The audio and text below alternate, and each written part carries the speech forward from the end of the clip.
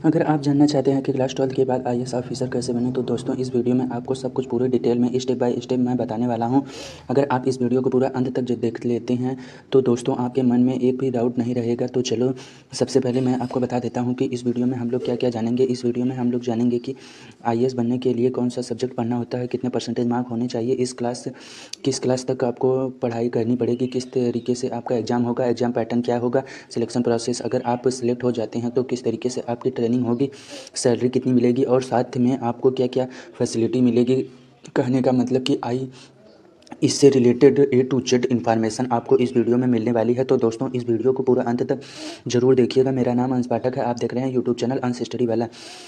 तो सबसे पहले इंडियन सिविल सर्विसेज का हाईएस्ट और मोस्ट प्रेसिजनिस्ट पोस्ट माना जाता है आईएएस। इसके पास बहुत सी पावर खत्म होती है और इसलिए आईएएस बनने के लिए जो बेस्ट कैंडिडेट होते हैं उन्हीं का सिलेक्शन होता है, जो काफ़ी इंटेलिजेंट होने चाहिए, जो ऑनेस्ट होने चाहिए और उनमें अदर भी बहुत सारी खूबियाँ होनी चाहिए। अगर हम लोग बात कर लें इसका फुल फॉर्म क्या होता है तो दोस्तों आईएएस का फुल फॉर्म होता है इंडियन एडमिनिस्ट्रेटिव सर्विस, जिसका हिंदी में भारतीय प्रशासनिक सेवा कहते हैं। अब हम लोग बात कर लेते हैं क्वालिफिकेशन की। बहुत सारे स्टूडेंट को लगता है कि क्लास 12 के बाद आईएएस बनाया जा सकता है कि नहीं, लेकिन दोस्तों ऐसा नहीं है। अगर आप क्लास 12 पास किया है तो आपको और आगे पढ़ाई करनी ज़रूरी है। आपको अपनी ग्रेजुएशन कंप्लीट करनी पड़ेगी। अब ग्रेजुएशन में आपका कौन सा सब्जेक्ट लें, बहुत सारे स्टूडेंट के मन में डाउट होता है कि कौन सा सब्जेक्ट से पढ़ाई करनी पड़ेगी। तो अब किसी भी सब्जेक्ट से पढ़ाई कर सकते हैं आप आईएएस बनने के लिए।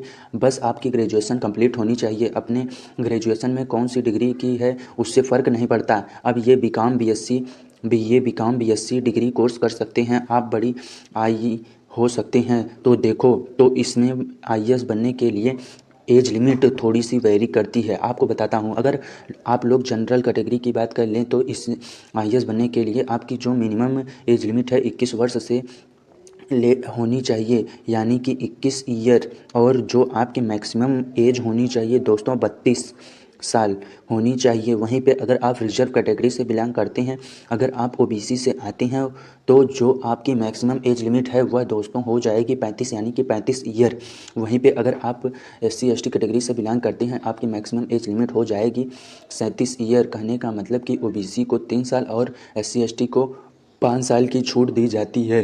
अगर आपकी फिजिकल आप चैलेंज में कोई भी दोस्तों, अगर आप 10 साल की छूट आपको मिलेगी, लेकिन सबके लिए जो मिनिमम एज लिमिट है 21 वर्ष ही है। सवाल जो कि बहुत सारे स्टूडेंट के मन में डाउट होता है कि क्या रेगुलर डिग्री करनी पड़ेगी या फिर डिस्टेंस कोर्स भी कर सकते हैं।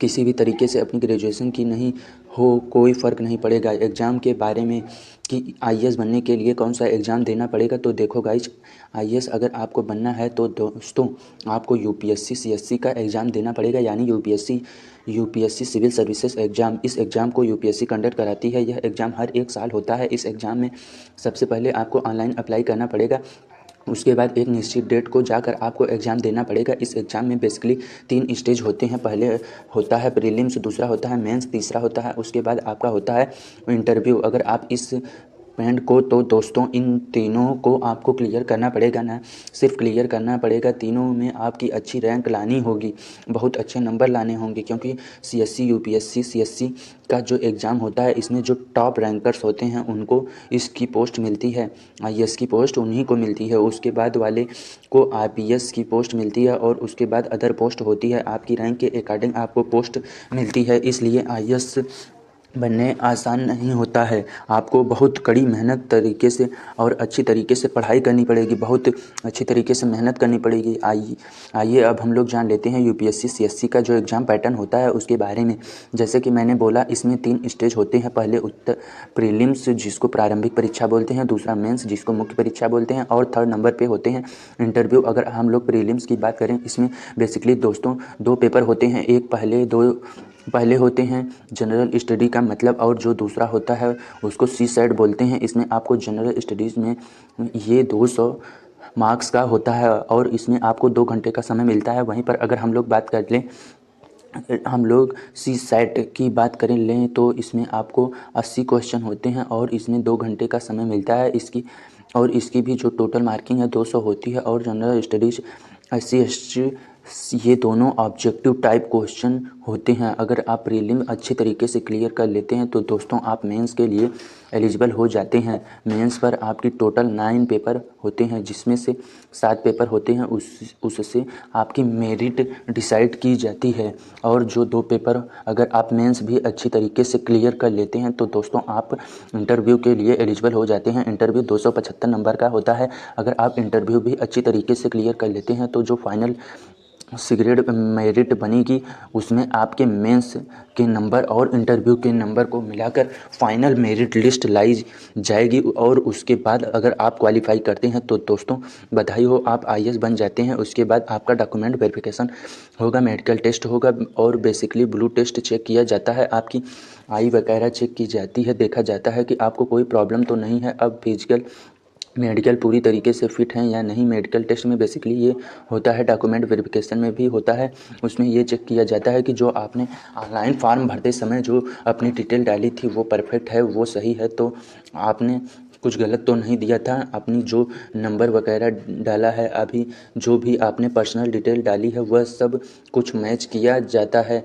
अगर सब कुछ सही रहा तो उसके बाद दोस्तों आपको ट्रेनिंग पर भेज दिया जाता है। यह ट्रेनिंग 2 साल की होती है, जो कि मसूरी के Lal Bahadur Shastri national academy of administration, जिसे लवण भी कहते हैं, इसी में यह आपकी 2 साल की ट्रेनिंग पूरी की जाती है। अब बात कर लेते हैं सैलरी की, कितनी सैलरी होती है एक महीने की।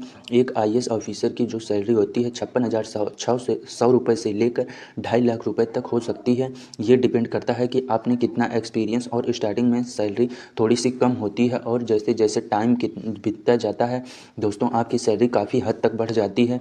लेकिन दोस्तों इतना ही नहीं, इसके अलावा बहुत सारी सुविधाएँ मिलती हैं एक आईएएस ऑफिसर को, जैसे कि उनको रहने के लिए एक हाउस दिया जाता है और आलीशान हाउस दिया जाता है जिसमें पूरी ग्रीनरी रहती है। उसके अलावा दोस्तों आपको पावर दम कुसम मिलता है और उसके बाद दोस्तों आपको मेडिकल सुविधाएं मिलती हैं। उसके बाद दोस्तों अगर आप कहीं आना जाना चाहते हैं तो आपको गाड़ी की सुविधा भी मिलेगी। और उसके बाद आपको दोस्तों आपको पूरी तरह के स्टाफ भी मिलते हैं, आपको एक गाड़ी भी मिलती है, आपको कुक भी मिलता है, गाड़ी चलाने के लिए ड्राइवर भी मिलता है। इसके अलावा बहुत सारी सुविधाएँ एक आईएएस ऑफिसर को मिलती हैं। इसके ऊपर मैंने और डिटेल में वीडियो बनाई है कि आईएएस ऑफिसर को क्या क्या सुविधाएँ मिलती हैं और आईएएस ऑफिसर की हाईएस्ट सैलरी इस पोस्ट पर मिलती है। तो अगर आपको वीडियो देखना है तो डिस्क्रिप्शन उसका लिंक दे दूंगा, आप वहां से यह वीडियो ज़रूर देख सकते हैं। तो दोस्तों बेसिकली इस तरीके से आप एक आईएएस ऑफिसर बन सकते हैं। आई होप कि मैंने इसमें पूरी डिटेल बताई। लेकिन दोस्तों जैसे कि मैंने बोला कि आईएएस ऑफिसर बनने के लिए आपको बहुत अच्छी तरीके से पढ़ाई करनी पड़ेगी। तो अगर आपको आईएएस ऑफिसर बनना है तो दोस्तों आपको पूरी तरीके से डिसिप्लिन हो के पूरी तरीके से आपने लक्ष्य पर फोकस रखना पड़ेगा, तभी आपका आईएएस बनने का सपना पूरा हो पाएगा। मैंने अपनी तरफ से आपको सब कुछ बताने की कोशिश की है। अगर फिर भी आपके मन में कोई भी सवाल हो तो आप कमेंट करके ज़रूर पूछिए, और आप कमेंट करके यह भी बताइए कि आप अभी किस क्लास में हैं और इस वीडियो को देख रहे हैं। कमेंट करके यह चीज़ ज़रूर बताइए। और अगर आपको यह वीडियो पसंद आई हो तो वीडियो को लाइक करके चैनल को ज़रूर से सब्सक्राइब कर दीजिए। और हाँ, इस वीडियो को शेयर ज़रूर कीजिए। आपने इस वीडियो को देखा, आपका बहुत बहुत धन्यवाद।